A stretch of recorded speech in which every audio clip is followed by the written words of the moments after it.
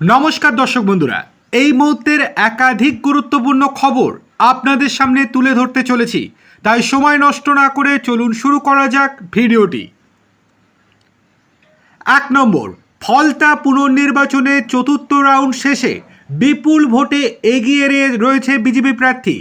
দ্বিতীয় স্থানে সিপিএম, তৃতীয় স্থানে কংগ্রেস এবং চতুর্থ স্থানে তৃণমূল রয়েছে।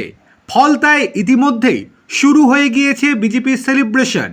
গেরুয়া আবির মেখে উচ্ছ্বাসে মাতলেন বিজেপি সমর্থকেরা। এবার যদি একেবারে পুঙ্খানুপুঙ্খ যদি বর্তমানে যা ট্রেন্ড সেটা যদি আপনাদের সামনে তুলে ধরি, তাহলে দেখতে পাচ্ছেন বিজেপি প্রার্থী দেবাংশুবাবু এগিয়ে রয়েছেন বিপুল ভোটে। কত ভোটে? বর্তমানে বিজেপি প্রার্থী এগিয়ে রয়েছেন 19,701 ভোটে। তিনি ভোট পেয়েছেন 37,474টি। দ্বিতীয় স্থানে রয়েছেন সিপিএমের শম্ভুনাথ কুর্মী, তিনি ভোট পেয়েছেন 17,773টি।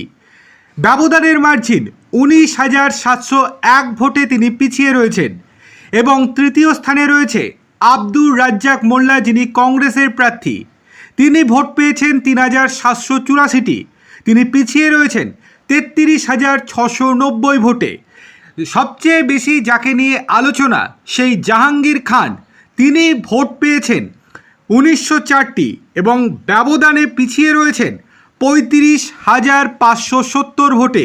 এছাড়াও কিছু নির্দল প্রার্থী ভোটে দাঁড়িয়েছেন, যেমন হচ্ছে চন্দ্রকান্ত রয়, তিনি 277টি ভোট পেয়েছেন। এছাড়াও দীপ হাতি, তিনি ভোট পেয়েছেন মাত্র 64টি। এছাড়াও নোটাও দাঁড়িয়েছে, তিনি খুব সামান্য ভোট পেয়েছেন।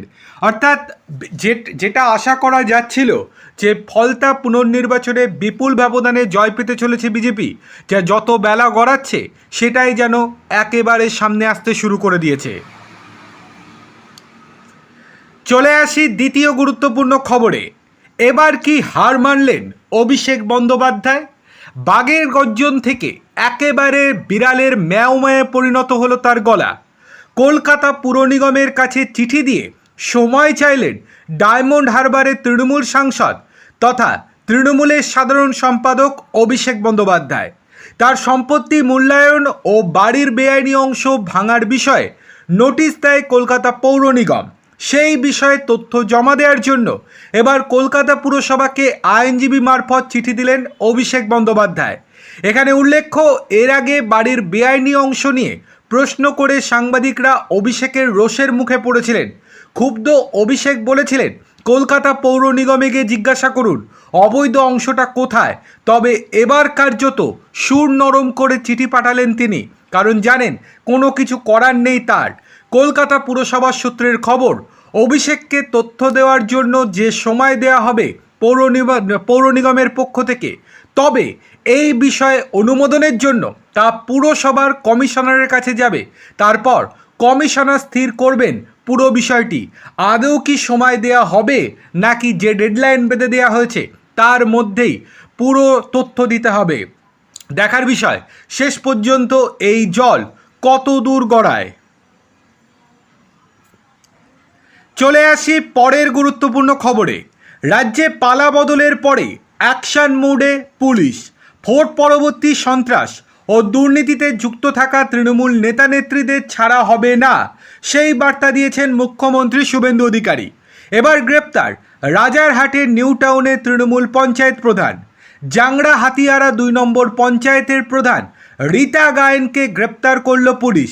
নিউ টাউন থানার পুলিশ রীতিমতো অভিযান চালিয়ে রীতা গায়েনকে গ্রেপ্তার করেছে বলে প্রাথমিক খবর। তার বিরুদ্ধে তোলাবাজি সহ একাধিক অভিযোগ রয়েছে। কলকাতা সহ রাজ্যের বিভিন্ন জায়গায় তৃণমূলের বড় এবং ছোট বিভিন্ন নেতারা পুলিশের হাতে গ্রেপ্তার হচ্ছেন। আর্থিক দুর্নীতি, ভোট পরবর্তী হিংসা সহ একাধিক অভিযোগে গ্রেপ্তার করা হচ্ছে তাদেরকে। গতকাল শনিবার রাতে গ্রেপ্তার করা হয়েছে কলকাতা পুরসভার 123 নম্বর ওয়ার্ডের তৃণমূল কাউন্সিলর সুদীপ পল্লেকে।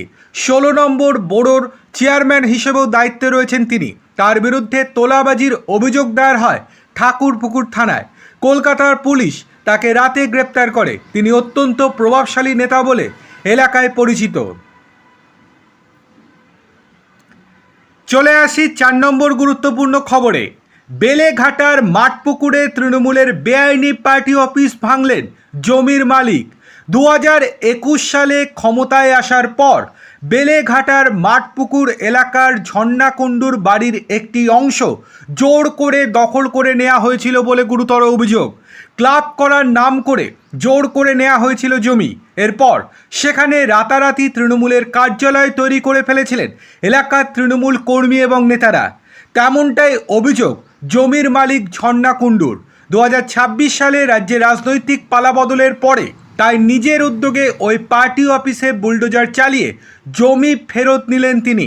জমির মালিকের দাবি, গত 4 মে বিজেপি ক্ষমতায় আসতেই ওই তৃণমূল নেতাকর্মীরা ফল ঘোষণার বিকেলেই গেরুয়া রং করে দেয় অফিসের।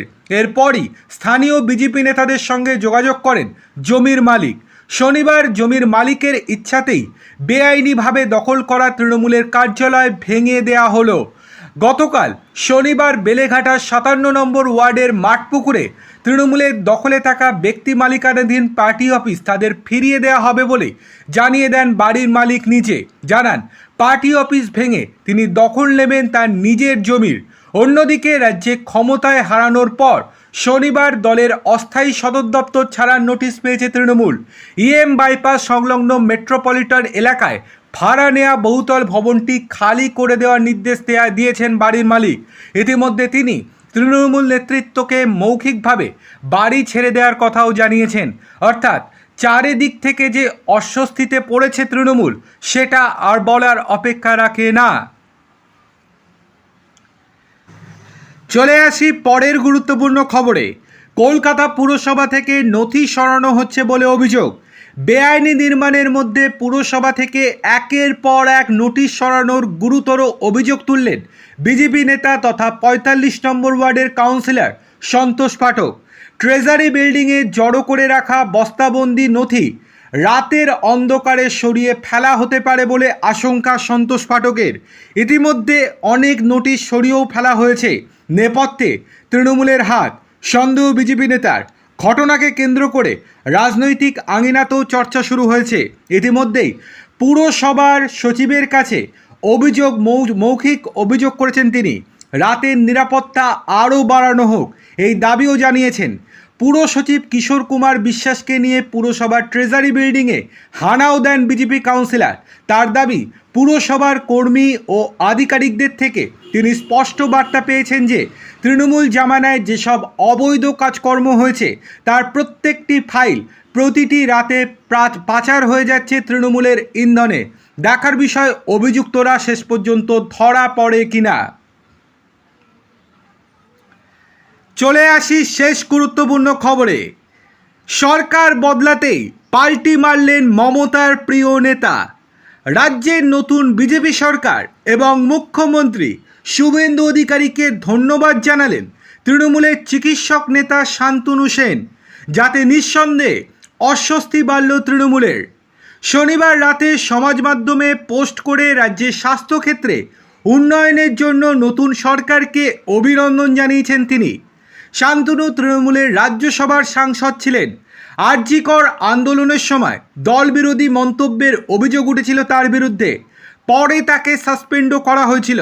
তবে ফের তৃণমূলের সঙ্গে শান্তনুর দূরত্ব ঘুচে গিয়েছিল। বিজেপিকে অভিনন্দন জানিয়ে শান্তনুর শনিবারের পোস্ট তাই নতুন করে অস্বস্তিতে ফেলেছে জোড়াফুল শিবিরকে।